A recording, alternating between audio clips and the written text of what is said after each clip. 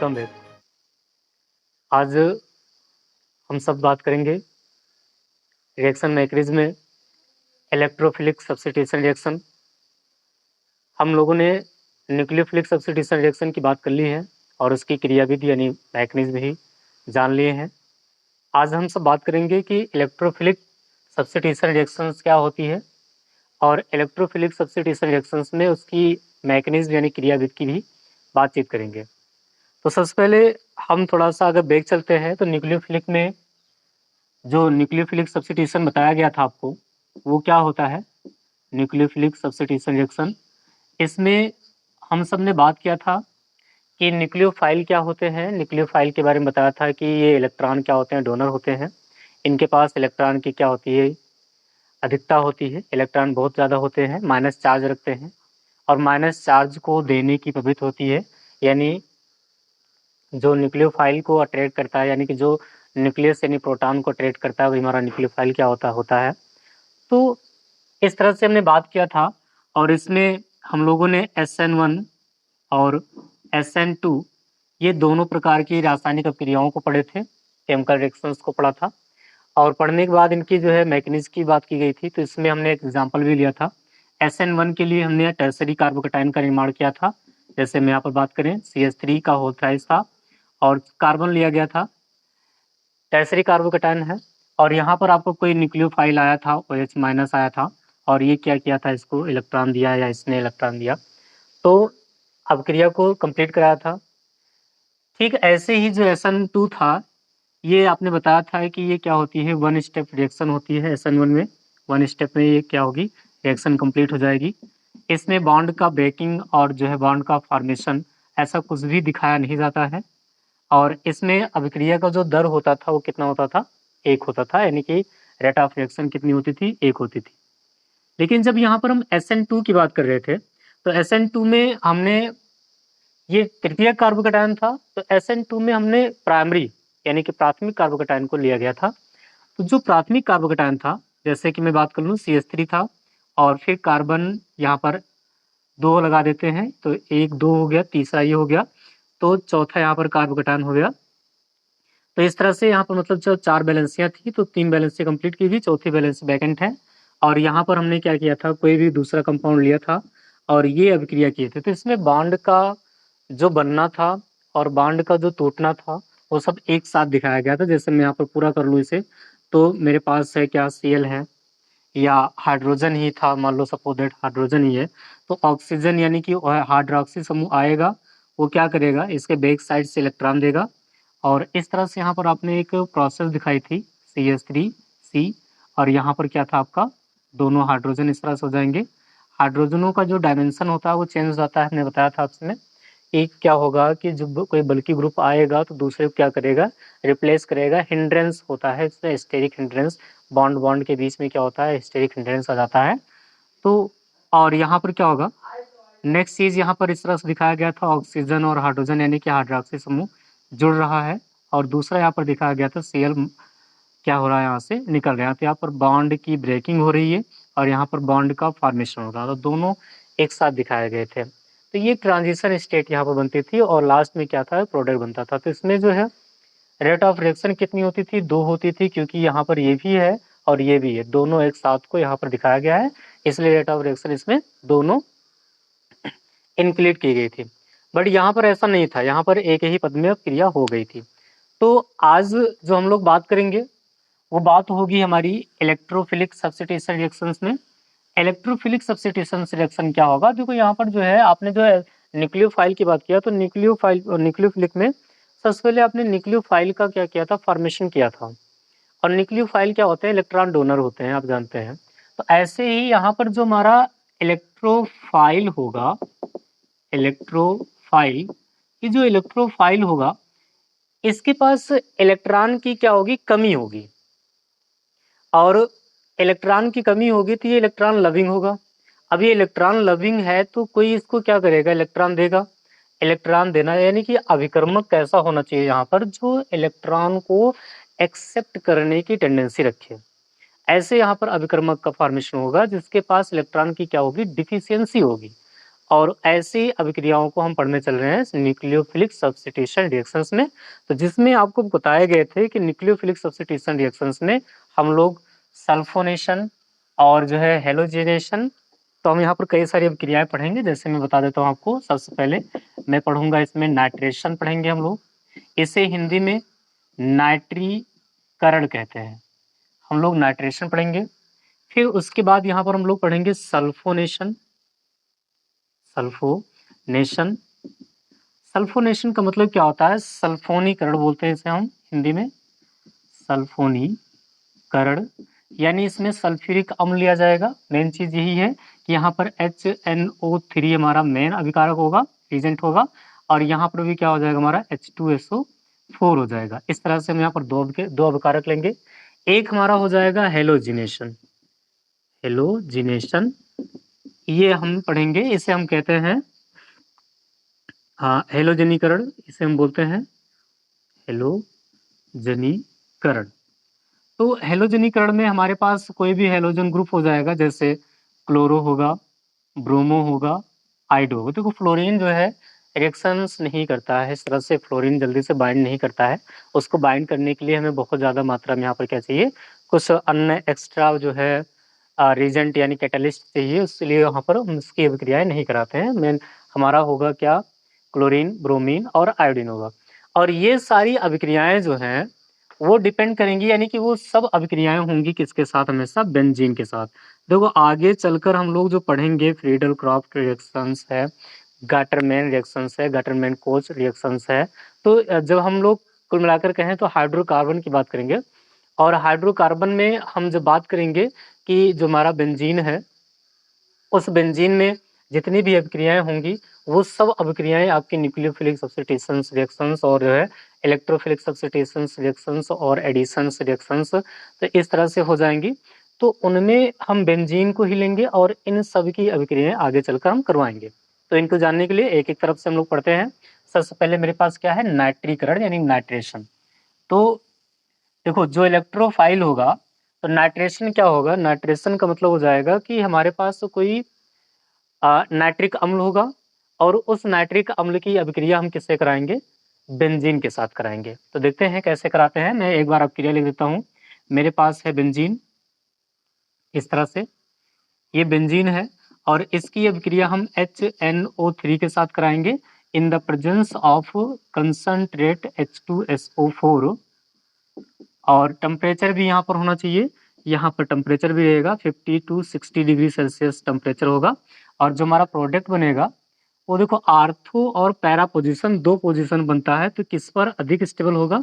अभी हम स्टेबिलिटी की बात नहीं करेंगे, जब हम लोग, मैंने बताया ना हाइड्रोकार्बन जब चलेंगे, हाइड्रोकार्बन में जैसे एनिलीन है, जब वहां पर बात की जाएगी तो वहां पर आपको बताया जाएगा कि आर्थो वाला ज्यादा स्टेबल होगा कि पैरा वाला ज्यादा स्टेबल होगा। अभी हमको केमिकल मैकेनिज्म की बात करनी है, तो मैकेनिज्म में हम लोग इतना ही जानेंगे। तो इस तरह से यहाँ पर जो होगा दूसरा हमारा कंपाउंड यहाँ पर NO2 आकर क्या हो जाएगा, जुड़ जाएगा। बाकी एक्स्ट्रा प्रोडक्ट क्या निकल रहा है उससे हमको कोई लेना देना नहीं है। अगर आपको लेना देना है तो आप ले दे सकते हैं। एक्स्ट्रा प्रोडक्ट में आपके पास H2O निकलेगा, बाकी और कुछ नहीं निकलेगा। ये है हमारा अभिक्रिया। अब इस अभिक्रिया की हमको क्या पढ़ना है, मैकेनिज्म पढ़ना है। तो मैकेनिज्म जानने के लिए सबसे पहले आप इसका स्क्रीनशॉट लीजिए खटाक से। मैं इसे इरेज करता हूँ, 1 2 3 टेक स्क्रीनशॉट। अब देखेंगे इसमें जो हमारे पास है ये रिएक्शन जो थी, इस रिएक्शन की मैकेनिज्म की बात करें तो रिएक्शन एक बार मैं फिर से लिख देता हूँ, आपको ऊपर मेंशन रहे ताकि आप भूले नहीं। यहाँ पर बेंजीन है, बेंजीन की अभिक्रिया HNO3 के साथ कराई गई है। ये बेंजीन कैसा है, कंसंट्रेट है, और सॉरी वो जो है हमारा जो नाइट्रिक अम्ल है वो कैसा है, कंसंट्रेट है, और इसकी अभिक्रिया H2SO4 के साथ in the presence of H2SO4 है। और यहाँ पर जो है टेम्परेचर है 60 to 50 डिग्री सेल्सियस, और जो हमारा मेन प्रोडक्ट बन रहा है वो है NO2, यानी बेंजीन के साथ कोई हमारा, और साथ में क्या निकल जाएगा, H2O। देखो तो सबसे पहले यहाँ पर क्या होगा कि हमारे पास एक इलेक्ट्रोफाइल का क्या होना चाहिए, निर्माण होना चाहिए।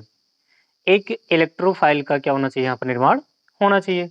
अब इलेक्ट्रोफाइल का जब निर्माण होगा तो उसके बाद दूसरा क्या होना चाहिए, यहाँ पर कार्बोनियम आयन यानी कि कार्ब एनायन का क्या होना चाहिए, फॉर्मेशन होना चाहिए।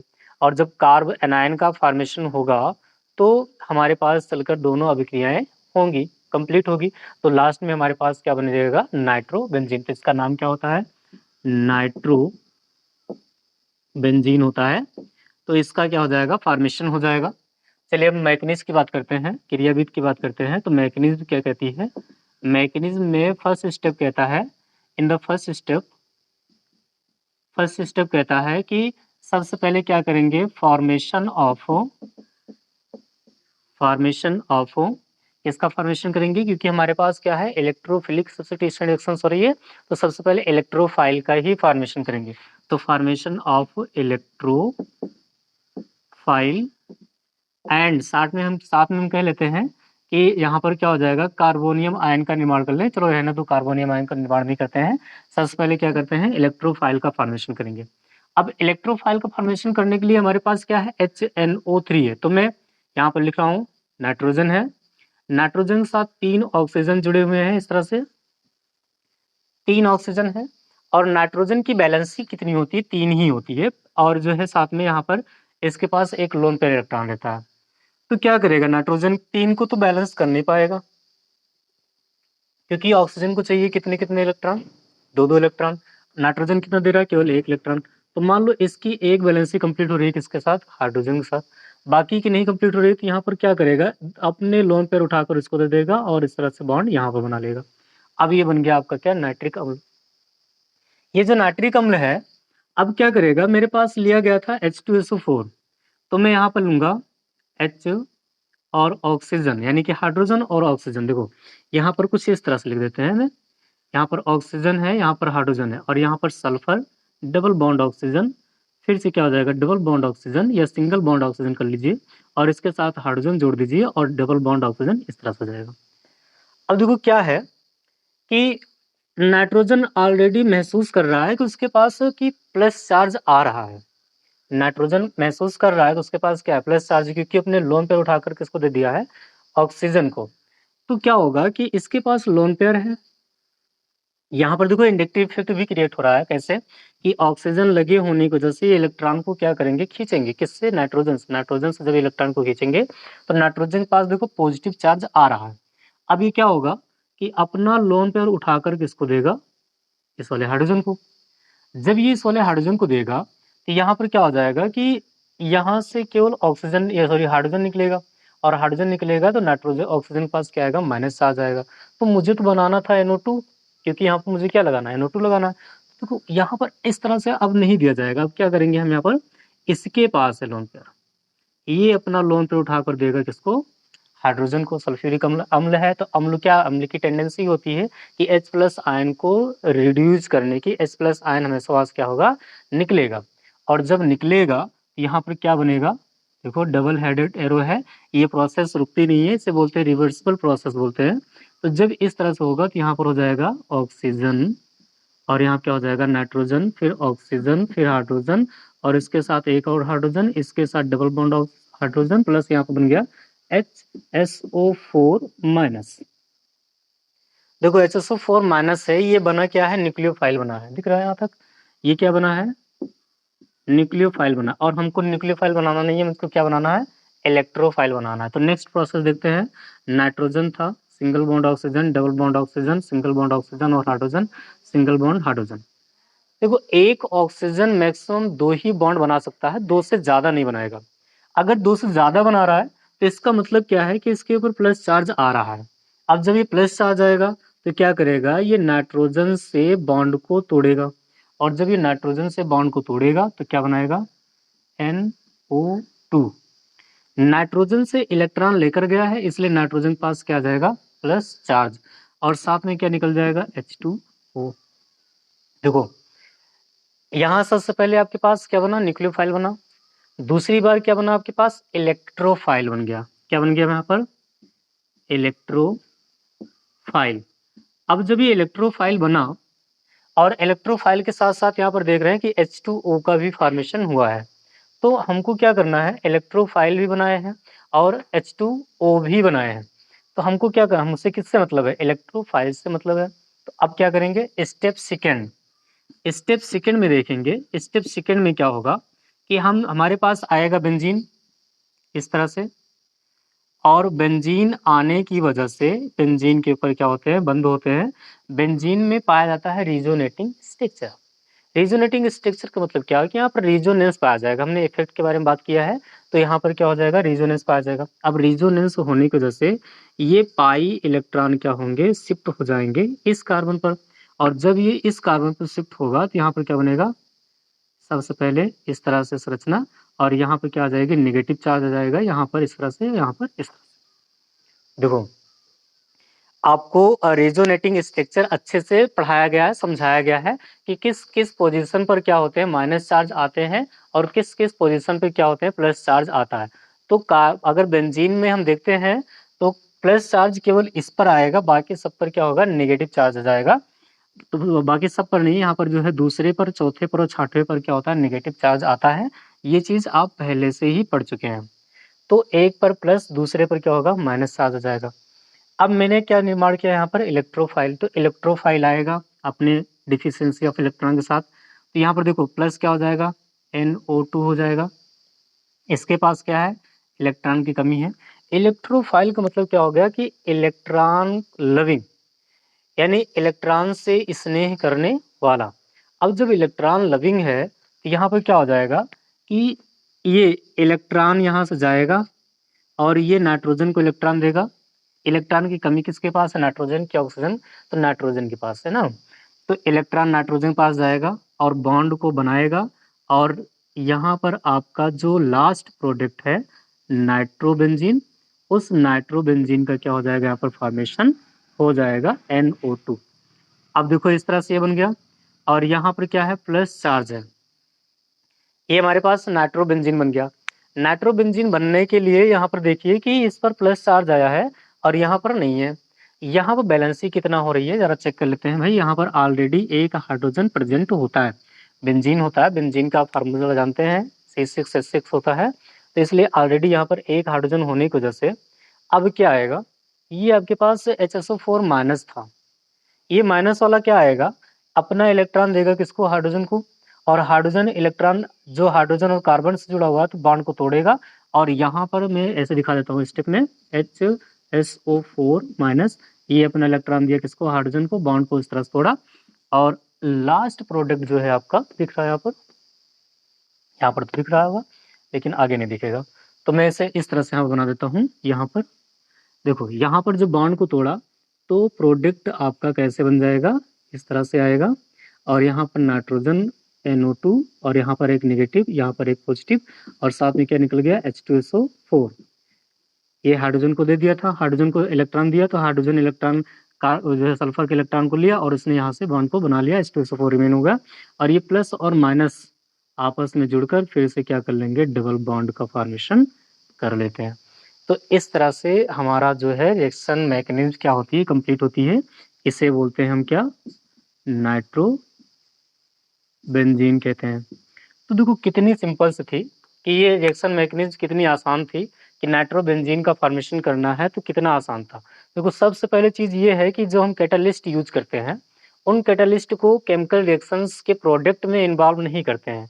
इनका मतलब होता है कि जो है रिएक्शन को प्रमोट करना, रिएक्शन को ये चला देते हैं, चालू कर देते हैं, उसके बाद सारा काम क्या होता है कि खुद जो है आपका नाइट्रिक अम्ल करता है, और कौन करेगा, बेंजीन करेगा।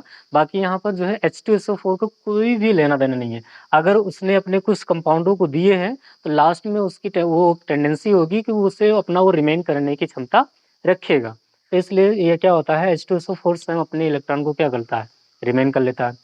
तो चलिए एक बार फिर से देख लेते हैं। स्टेप नंबर फर्स्ट में क्या कहता है कि formation of electrophile. Electrophile formation होने के लिए सबसे पहले आपने क्या लिया, नाइट्रिक अम्ल लिया, और नाइट्रिक अम्ल को किससे अभिक्रिया कराया, कंसंट्रेट सॉरी वो जो है आपका H2SO4 है।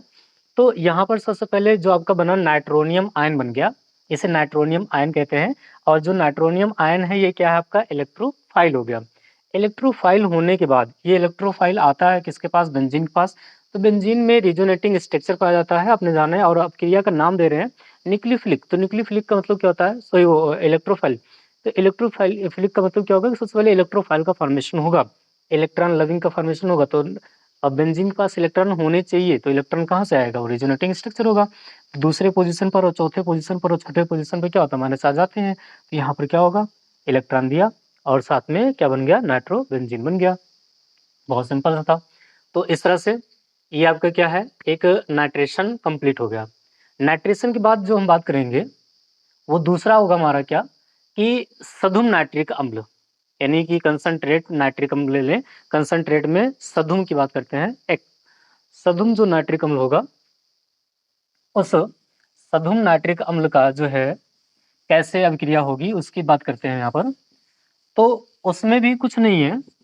देखो आगे आपके एग्जाम में, क्लास 12 के एग्जाम में और बीएससी फर्स्ट ईयर में, दोनों में पूछते हैं कि जो सधुम नाइट्रिक अम्ल होता है, यानी जो हमारा HNO3 होता है, उस HNO3 की जब हम क्रिया पिक्रिक एसिड के निर्माण में करते हैं, तो उसमें कौन सा HNO3 लिया जाता है और पिक्रिक एसिड का फॉर्मेशन कैसे करता है? तो देखते हैं इसमें।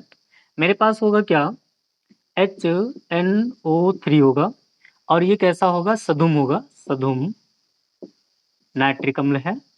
और सेम वैसे ही बाकी सब कुछ H2SO4 होगा और यहाँ से क्या करेगा? ये रिमेन होगा, यानी यहाँ पर बनेगा क्या? मैं एक लाइन में यहाँ पर बनाता हूँ NO2 प्लस प्लस क्या बन जाएगा यहाँ पर? H2O प्लस क्या बन जाएगा? HSO4 minus. एक लाइन की प्रोसेस थी, मैंने एक लाइन में ही सब कुछ दिखा दिया यहाँ पर कि कैसे यहाँ पर इस तरह से इतना बना होगा। तो यहाँ पर ऐसे बना। ये आपका क्या है? एक नाइट्रोनियम आयन है। ठीक वैसे ही फिर से क्या आ जाएगा? बेंजीन आ जाएगा। अब बेंजीन के साथ क्या होगा कि ये बॉन्ड को तोड़ेगा, यहाँ पर माइनस चार्ज, तो अभी तो ऐसे रख देते हैं। और साथ में क्या हो जाएगा? NO2 प्लस हो जाएगा। ये इलेक्ट्रॉन निकल कर यहाँ पर आया और क्या हो जाएगा? यहाँ पर इस तरह से प्रोसेस हुई और यहाँ पर क्या जुड़ गया? NO2 जुड़ गया। बाकी के सब वैसे हो गए। तो ये क्या है? हमारा एक नाइट्रोबेंजीन का फॉर्मेशन हुआ। तो सधुम का मतलब क्या है? कि इसकी कंसंट्रेशन बढ़ा लिया जाए। 3 मोल ऑफ H2SO4 कर लिया जाए, 3 मोल ऑफ HNO3 कर लिया जाए। तो जब इसकी कंसंट्रेशन को बढ़ा लेंगे, तो सब कितने कितने मोल निकलेंगे? 3-3 मोल निकलेंगे। अब जब 3 मोल निकलेगा तो यहाँ एक बार ये एक HNO3 था, एक HNO2 था, तो ऐसे कितने बने हैं? 3 बने हैं। तो तीनों जब आपस में जुड़ेंगे तो एक बार तो मान लो इतना था, दूसरी बार हमारा दूसरा NO2 प्लस आएगा और वो अभिक्रिया करेगा, तो यहाँ से क्या होगा? ये वाला इलेक्ट्रॉन निकल कर यहाँ पर जाएगा और ऐसे ही यहाँ पर दूसरा NO2 और ये पहला NO2 और एक डबल बॉन्ड यहाँ पर अभी बचा हुआ है। अब तीसरा वाला जो NO2 आएगा, NO2 प्लस, वो ये वाला बॉन्ड निकल कर, यानी इलेक्ट्रॉन निकल कर यहाँ पर जाएगा और यहाँ पर क्या हो जाएगा? इस तरह से एक NO2 और सेकेंड NO2 और ये थर्ड NO2, इतना बन जाएगा। अब देखो इसमें एक पर क्या है? प्लस चार्ज है, बाकी पे प्लस चार्ज खत्म हो गया है, यहाँ पर कहीं भी प्लस चार्ज अब नहीं है अगर हम कहते हैं तो। अगर ध्यान से देखते हैं तो यहाँ भी अभी क्या है? हाइड्रोजन है, यहाँ भी हाइड्रोजन है, यहाँ भी हाइड्रोजन है, यहाँ भी हाइड्रोजन है, यहाँ भी हाइड्रोजन है, यहाँ भी हाइड्रोजन है और इसके पास प्लस चार्ज है और इसके पास भी क्या है? प्लस चार्ज है, सबके पास प्लस चार्ज है। और जब हमने 3 NO2 को जोड़ा है, 3 H2O निकला है, 3 HSO4 निकला है, तो कितने हाइड्रोजन है यहाँ पर? 1 2 3, 3 हाइड्रोजन है। तीनों HSO4 माइनस आएंगे और एक एक हाइड्रोजन को निकालेंगे। यहाँ से निकाले, यहाँ से निकाले और यहाँ से निकाले, तो क्या बन जाएगा? यहाँ से प्लस चार्ज यहाँ से हटा दीजिए। अब प्लस चार्ज हटा देंगे तो सेम वैसे प्रोसेस फिर से हो जाएगा। तो इस तरह से बनता है, इसका नाम हो जाता है, ये है हमारा आर्थो, ये है पैरा, ये है मेटा और ये हमारा पैरा। सेम पोजीशन होती है, आर्थो मेटा पैरा। तो इसका क्या नाम हो जाएगा? आर्थो पोजीशन हो जाएगी, इसका क्या हो जाएगा? मेटा पोजीशन हो जाएगी और इसका क्या मतलब हो जाएगा? पैरा पोजीशन हो जाएगी। तो आर्थो और पैरा, आर्थो और पैरा, अब ये जैसे ये आर्थो है वैसे ये भी आर्थो है, इधर को आएंगे तो ये भी आर्थो हो जाएगा और नीचे जाएंगे तो पैरा हो जाएगा और इधर आएंगे तो मेटा हो जाएगा। आर्थो और पैरा पोजीशन पर जब नाइट्रोनियम आयन या NO2 लग जाता है तो वो उसे हम कहते हैं पिक्रिक एसिड कहते हैं। जब बेंजीन के साथ 3 नाइट्रोनियम आयन यानी कि 3 NO2 अणु हमारे क्या होते हैं, जुड़ जाते हैं, तो उसे हम पिक्रिक एसिड कहते हैं। तो इस तरह से हम पिक्रिक एसिड का क्या करते हैं, यहाँ पर फॉर्मेशन करते हैं। आई होप आपको जो है इलेक्ट्रोफिलिक सब्स्टिट्यूशन रिएक्शंस में सबसे पहले आपको जो है नाइट्रेशन पढ़ाया गया, तो नाइट्रेशन आपको समझ में आया होगा। ऐसे ही यहाँ पर जो है हमारा दूसरा जो है वो है नाइट्रीकरण के बाद हमने कहा था आपसे कि आपको हम सल्फोनेशन पढ़ाएंगे। तो सल्फोनेशन में हमारे पास क्या होगा कि सल्फ्यूरिक अम्ल होगा। मेन चीज हमारा यहाँ पर सल्फ्यूरिक अम्ल ही होना चाहिए, और सल्फ्यूरिक अम्ल को क्या करेंगे, बेंजीन के साथ क्या कराएंगे, इसमें अभिक्रिया करा देंगे। जब बेंजीन के साथ अभिक्रिया कराएंगे तो क्या होना चाहिए, सल्फोनियम आयन या जो है बेंजीन सल्फोनिक अम्ल यहाँ पर क्या होता चाहिए, प्राप्त होना चाहिए। चलिए देखते हैं। तो सबसे पहले हमारे पास है सल्फोनेशन। तो देखो प्रोसेस क्या लिखना है, अगर आपको प्रोसेस लिखनी है तो आप लिख सकते हैं बेंजीन की अभिक्रिया H2SO4 कंसंट्रेट H2SO4 के साथ कराने पर जो है 50-60 डिग्री सेल्सियस भी लेते हैं और 80 डिग्री दोनों लेते हैं। तो 80 डिग्री सेल्सियस पर कराने पर क्या होगा, बेंजीन सल्फ्यूरिक अम्ल प्राप्त होता है। तो प्रोसेस में सबसे पहले रिएक्शन दिखाएंगे। हमारे पास है बेंजीन इस तरह से, और मेरे पास है H2SO4, और मैं क्या करूँगा, ये रिवर्सिबल प्रोसेस हो सकती है और इरिवर्सिबल भी हो सकती है। तो आप जैसा कहेंगे वैसा हो जाएगा। ये 80 डिग्री सेल्सियस टेम्परेचर है, और यहाँ पर जो प्रोडक्ट आपका बनेगा कुछ इस तरह से, यहाँ पर जुड़ जाएगा SO3H, बाकी सब रिमेन रहेगा, और साथ में क्या निकल जाएगा, H2O। देखो सल्फ्यूरिक अम्ल जो है वो कंसंट्रेट होना चाहिए। सल्फोनेशन में सल्फ्यूरिक अम्ल कितना होना चाहिए, कंसंट्रेट होना चाहिए। और इसकी जो मॉलिक्यूलरिटी है, यानी कि इसकी मॉलिक्यूल कितनी होनी चाहिए, डबल, यानी कि 2 भाग में से लेना चाहिए। तो सेम वैसे ही स्टेप फर्स्ट हो जाएगा हमारा। सबसे पहले मैकेनिज्म में हम क्या बताएंगे, स्टेप फर्स्ट में क्या होगा कि इसमें सबसे पहले हम ये कहेंगे कि इलेक्ट्रोफिलिक सब्स्टिट्यूशन रिएक्शन हो रही है, तो इलेक्ट्रोफाइल का ही क्या होना चाहिए, सबसे पहले निर्माण होना चाहिए, फॉर्मेशन होना चाहिए। तो क्या बोलेंगे, फॉर्मेशन ऑफ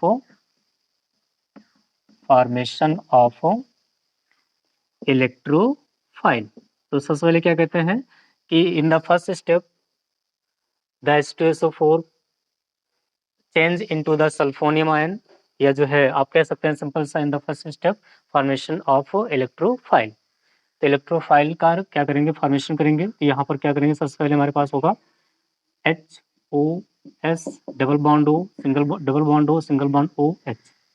अब एक ही कंपाउंड है, एसिड होता है, इलेक्ट्रॉन तो डोनेट करने की टेंडेंसी तो होगी ही, तो डोनेट कर सकता है, लेकिन नहीं, कैसे करेगा, यहाँ पर सल्फोनियम आयन का फॉर्मेशन होना है, ना कि जो है न्यूक्लियोफाइल का फॉर्मेशन होना है, इलेक्ट्रोफाइल का फॉर्मेशन होना है। तो यहाँ पर क्या होना चाहिए कि यहाँ से इलेक्ट्रॉन निकलने चाहिए, यानी कि ऑक्सीजन से ही पूरा बॉन्ड टूटना चाहिए, सल्फर के पास प्लस चार्ज आना चाहिए। तो हम क्या करेंगे, हमारे पास 2 मोल ऐसे होने चाहिए, S double bond O single bond OH, और यहाँ पर डबल बॉन्ड O। इस तरह से मेरे पास सल्फ्यूरिक अम्ल का कितना मोल होना चाहिए, 2 मोल होना चाहिए। अब ये क्या करेगा कि इसके पास तो इलेक्ट्रॉन है, लोन पेयर इलेक्ट्रॉन है, ये लोन पेयर इलेक्ट्रॉन ऐसे देगा इसको इस तरह से, और ये हाइड्रोजन जो बॉन्ड को बनाया हुआ है, हाइड्रोजन ऑक्सीजन, तो बॉन्ड इस तरह शिफ्ट हो जाएगा। अब इसमें क्या कर सकते हैं, आप ऐसे भी कर सकते हैं, इसे ऐसे दिखा दीजिए इस तरह से। देखिए कितना आसान था कि यहाँ से क्या आपको क्या पता चल रहा है कि एक ऑक्सीजन है और 2 हाइड्रोजन है, एक ऑक्सीजन और 2 हाइड्रोजन मिलकर क्या करेंगे, बॉन्ड को बनाएंगे, और यहाँ से निकलेगा, सबसे पहले रिवर्सिबल प्रोसेस दिखा देते हैं। यहाँ पर है आपके पास OH sulphur double bond oxygen. अब देखो ये एक ऑक्सीजन यहाँ से जुड़ा हुआ है इस तरह से, ये ऑक्सीजन क्या कर रहा है, हाइड्रोजन के इलेक्ट्रॉन को ले रहा है, तो क्या हो जाएगा, माइनस चार्ज हो जाएगा। इधर आते हैं तो दूसरा जो कंपाउंड हमारे पास बन रहा है, प्लस लगा देते हैं। तो सल्फर था, सल्फर के साथ double bond oxygen single bond oxygen और हाइड्रोजन। यहाँ पर देखो एक ऑक्सीजन के साथ अब कितने हाइड्रोजन जुड़ गए हैं, 2, और 2 हाइड्रोजन क्या करेगा, ऑक्सीजन एग्जिस्ट नहीं कराएगा, यानी ऑक्सीजन 3 बॉन्ड ट्रिपल बॉन्ड कभी भी नहीं बनाता है, वो एग्जिस्ट ही नहीं करेगा, ये अनस्टेबल होगा। तो इसके पास क्या आएगा, प्लस चार्ज आएगा। अभी प्लस चार्ज अपने ऊपर रखेगा नहीं, क्या करेगा, बॉन्ड को तोड़ेगा। किधर से तोड़ेगा? सल्फर के साथ इसने क्या किया? बॉन्ड को बना रखा है।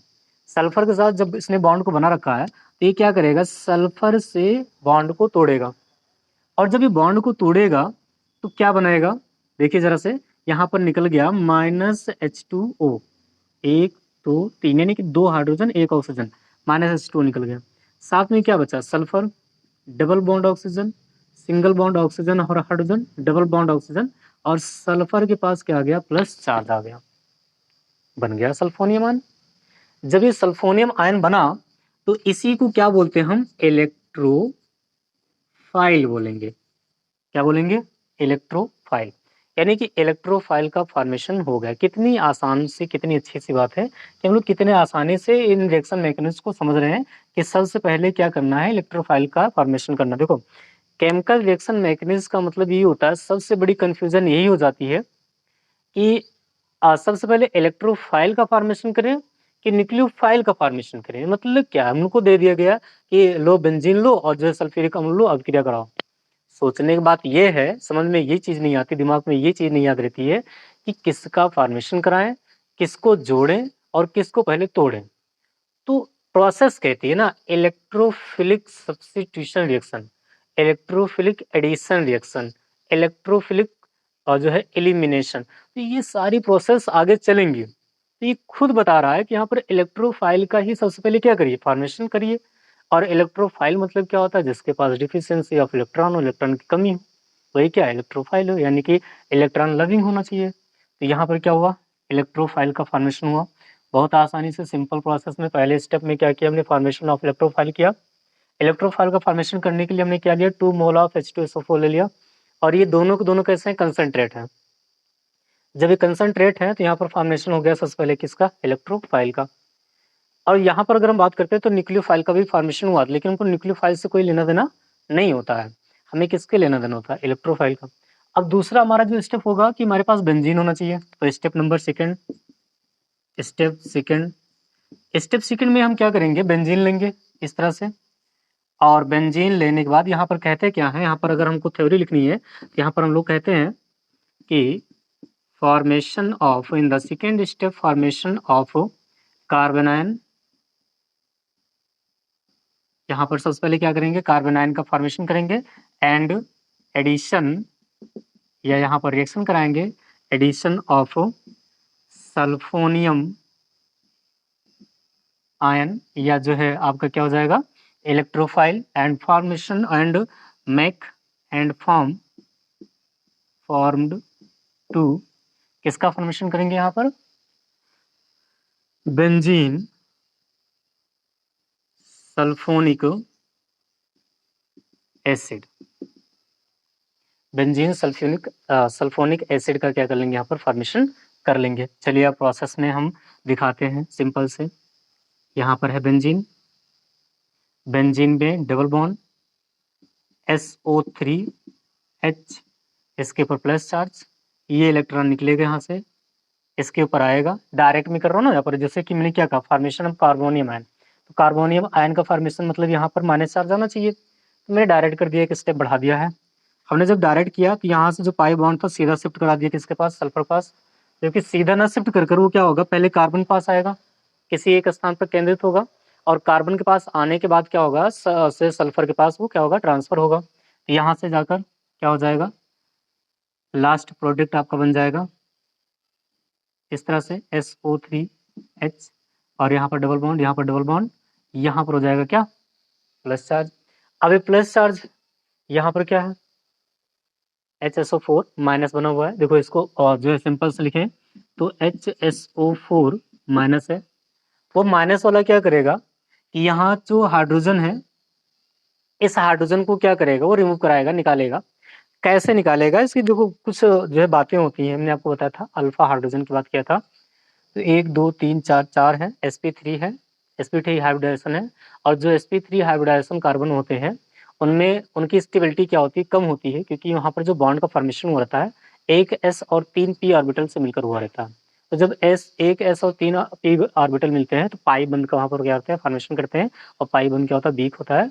यहाँ पर जो है ऐसे सिंपल सा आप समझिए कि कार्बन कैसा है? एसिडिक इन नेचर है।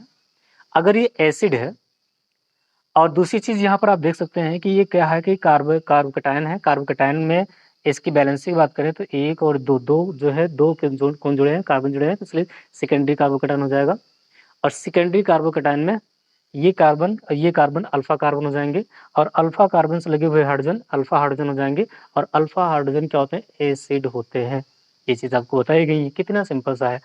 पीछे से पढ़कर आप थोड़ा सा आओगे, पीछे एक अपना जो भी कॉन्सेप्ट है जैसे हाइपर कॉन्जुगेशन से बताया जा रहा है ये, अगर हाइपर कॉन्जुगेशन आप पढ़े होंगे अच्छे से तो आपको ये तुरंत समझ में आ जाएगा कि एसिड कैसे हो गया ये। अब ये एसिड है और ये बेस है। क्यों बेस है? क्योंकि उसके पास क्या है, इलेक्ट्रॉन है। लुईस बेस क्या होते हैं, इलेक्ट्रॉन डोनर होते हैं। और लुईस एसिड क्या होते हैं, इलेक्ट्रॉन एक्सेप्टर होते हैं। तो ये क्या करेगा, HSO4 माइनस आएगा यहाँ पर इस तरह से, और ये अपना इलेक्ट्रॉन किसको देगा, हाइड्रोजन को, और ये बॉन्ड इस तरह शिफ्ट करेगा और लास्ट प्रोडक्ट एक स्टेबल कंपाउंड आपका बन जाएगा SO3H। बाकी इसके पाई बंद क्या हो गए, रिमेन हो गए। इसी को क्या बोलते हैं, बेंजीन सल्फोनिक एसिड। क्या बोलेंगे, बेंजीन सल्फोनिक एसिड। तो ये जो हमारा मेन कंपाउंड था यही था।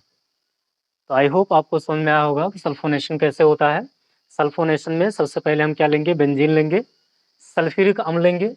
सल्फ्यूरिक अम्ल कैसा होना चाहिए, याद रखेंगे कि कंसंट्रेट होना चाहिए। और जब ये कंसंट्रेट होगा तो इस तरह से आपके कंपाउंड यहाँ पर बन जाएंगे। इस कंपाउंड का नाम क्या है, आपने बताया कि बेंजीन सल्फोनिक एसिड होता है।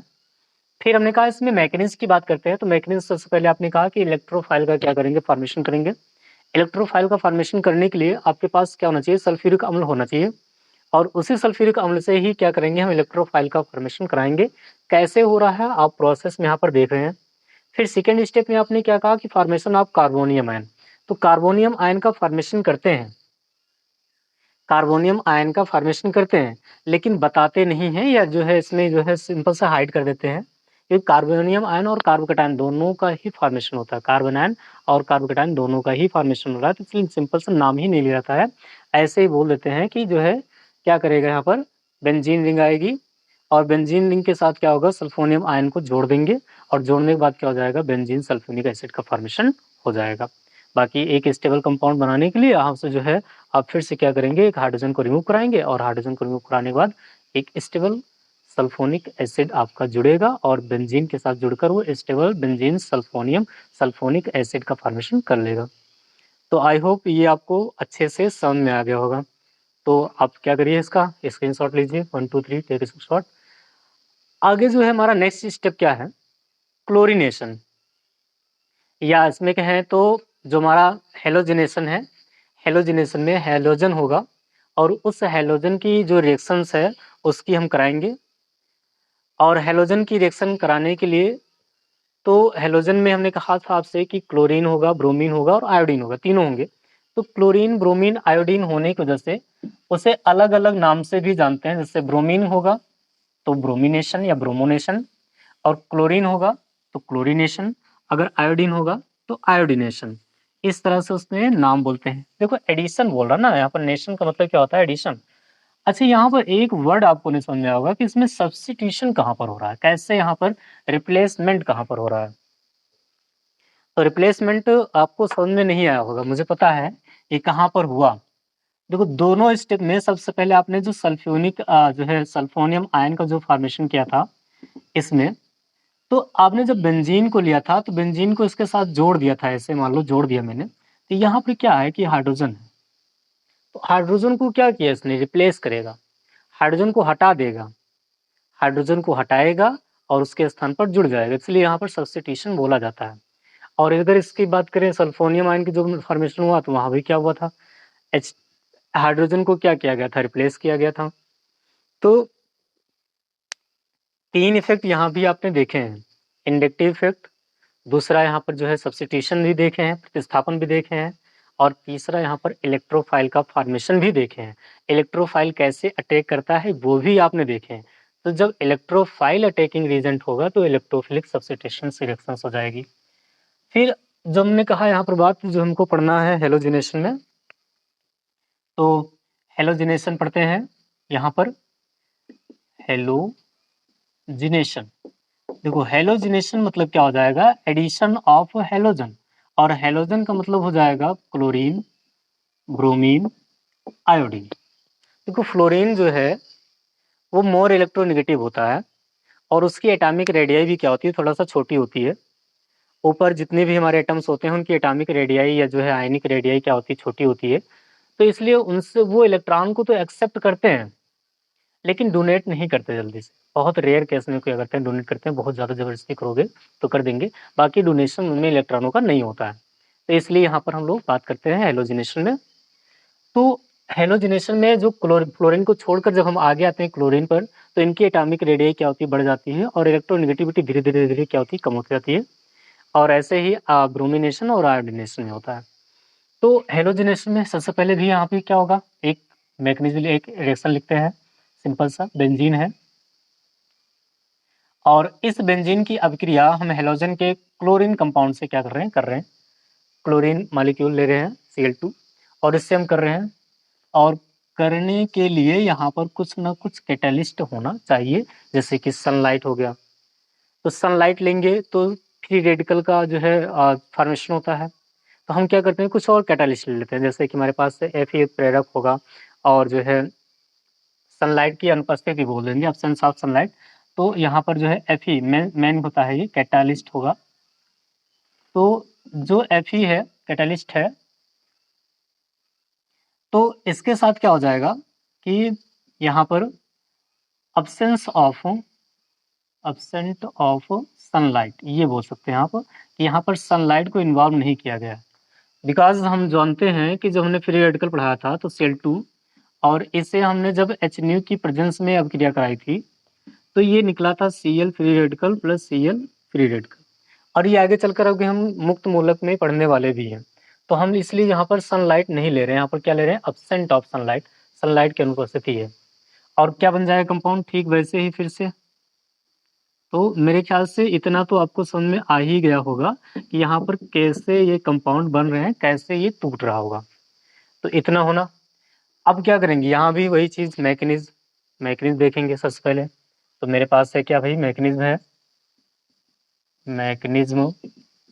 मैकेनिज्म में फिर से वही स्टेप फर्स्ट क्या हो जाएगा, फॉर्मेशन ऑफ इलेक्ट्रोफाइल। तो इलेक्ट्रोफाइल का क्या करेंगे, फॉर्मेशन कराएंगे। इलेक्ट्रोफाइल का फॉर्मेशन कराने के लिए आपके पास क्या होना चाहिए, Cl2 है, ये 2 मोल है, 1 और 2, यानी कि अणु है। अणु मतलब क्या होते हैं कि जब 2 परमाणु आपस में मिलते हैं तो अणु बनते हैं, ये अणु है। और यहाँ पर जो है Fe यानी आयरन है, ये क्या है आपका कैटालिस्ट का काम कर रहा है। और कैटालिस्ट होने की वजह से क्या करेगा, ये बॉन्ड को तोड़ेगा।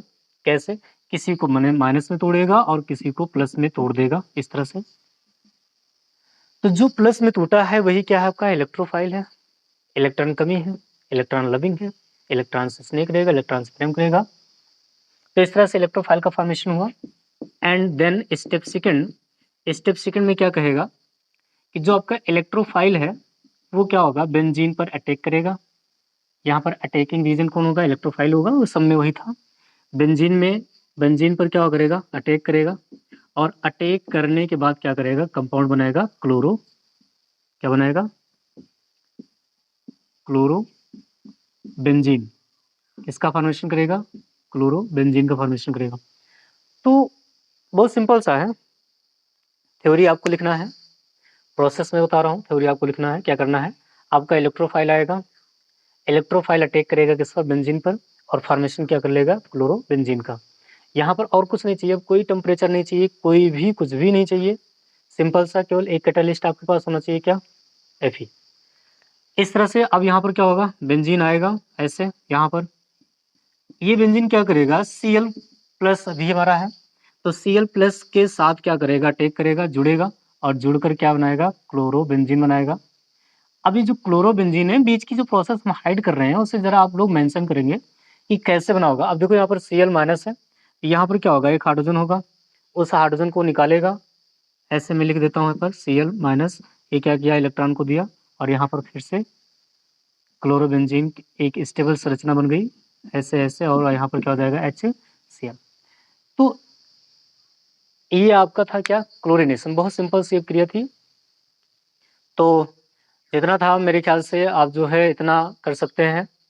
ऐसे ही आपके लिए क्वेश्चन है कि हमने आपको जो है हेलोजिनेशन में क्लोरीनेशन पढ़ा दिया है। आपको क्या करना है, ब्रोमोनेशन और जो है आयोडीनेशन, इतनी प्रोसेस आपको स्वयं करनी है, यानी कि 2 प्रोसेस आपको करनी है।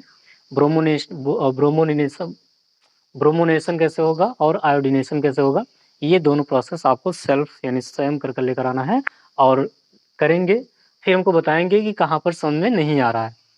अब इनमें आपको क्या है, कैटालिस्ट की जो है कोई भी कंपलसरी नहीं होगा, कैटालिस्ट की आपको जरूरत नहीं पड़ेगी। ब्रोमीन में और जो है आपके आयोडीन में, इन दोनों में आपको कैटालिस्ट की जरूरत नहीं होगी। तो आप कैटालिस्ट ना भी यूज करेंगे तब भी काम चल जाएगा, लेकिन क्लोरीन में जो है कैटालिस्ट का यूज करते हैं। तो चलिए मैं आपके लिए एक एग्जांपल, एक क्वेश्चन देता हूँ। यहाँ पर आपको क्वेश्चन कर लेकर आने हैं कि कैसे वो अभिक्रियाएं करेंगे और क्या प्रोडक्ट को बनाएंगे। ठीक, क्वेश्चन होगा आपके लिए। क्वेश्चन सिंपल सा है। आपके पास बेंजीन है सबसे पहले। इस बेंजीन में यहाँ पर हर एक स्टेप पे अलग अलग चीजें होंगी। इधर आप चलेंगे तो आपने ले लिया HNO3, यानी मैं यहाँ पर लिख देता हूँ, केवल नाइट्रेशन करना है आपको।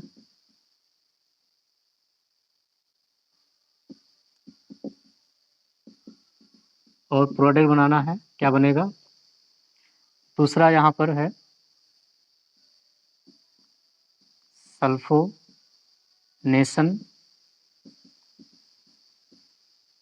तीसरा यहाँ पर है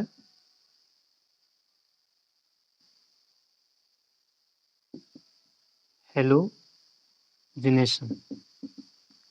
अब हेलोजिनेशन में मैं तीनों कंपाउंड दे रहा हूँ और क्या क्या बनाने हैं आपको। यहाँ पर आयोडीन के साथ करनी है अब क्रिया I2, ब्रोमीन के साथ करनी है अब क्रिया और क्लोरीन के साथ करनी है अब क्रिया।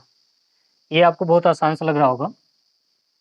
अभी यहाँ पर जो है नेक्स्ट हमारा है कि नेक्स्ट प्रोडक्ट क्या बनेगा। आपको यहाँ पर यूज करना है HNO3। ये कैसा है, सधुम है, सधुम HNO3 है। और यहाँ पर सिंपल सा आपका HNO3 है, कंसंट्रेट है, ये कुछ और नहीं है, एट 60 डिग्री सेल्सियस टेम्परेचर पर। और यहाँ पर जो है सल्फोनेशन में H2SO4 इन्वॉल्व करना है और एट हो जाएगा ये 80 डिग्री सेल्सियस पर। और ये आपके जो है Fe की उत्प्रेरक की उपस्थिति में क्रिया करानी है और हमको बताना है आपको कि प्रोडक्ट इसमें क्या बनेगा। ठीक है, तो मैं थोड़ा सा इसे और डिस्ट्रेट करता हूँ।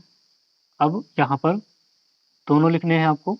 यहाँ पर इस तरह से मैं जोड़ देता हूँ, चलो इसको यहीं पर जोड़े रहने दें। यहाँ पर ऐसे जोड़ा था, मैंने लिखा था यहाँ पर HNO3 सधुम और यहाँ पर आपका लगा हुआ है CH3। अब आपको कंपाउंड बनाने हैं, सारे कंपाउंड्स आपको बनाने हैं और बनाकर जो है कमेंट बॉक्स में बताने हैं कि कौन सा कंपाउंड आपने बनाया और कौन सा गलत हो रहा है आपका कंपाउंड। वो चीज़ें हम यहाँ पर बताएंगे कमेंट बॉक्स में और हम आपको समझाएंगे। तो आपको आई होप ये आपको जो है सारी रिएक्शन केमिकल मैकेनिज्म जो है सबको समझ में आई होंगी, क्योंकि बहुत ईजी भी था, बहुत ज़्यादा हार्ड नहीं है। तो जैसा भी आपको लगा आप हमारे कमेंट बॉक्स में ज़रूर बताएँ। मुझे लगता है, मुझे उम्मीद है कि आपको अगर अच्छा लगा है, और अगर अच्छा लगा है तो आप जो है हमारे कमेंट बॉक्स में जरूर बताएंगे। एक लाइक और एक शेयर जरूर करेंगे।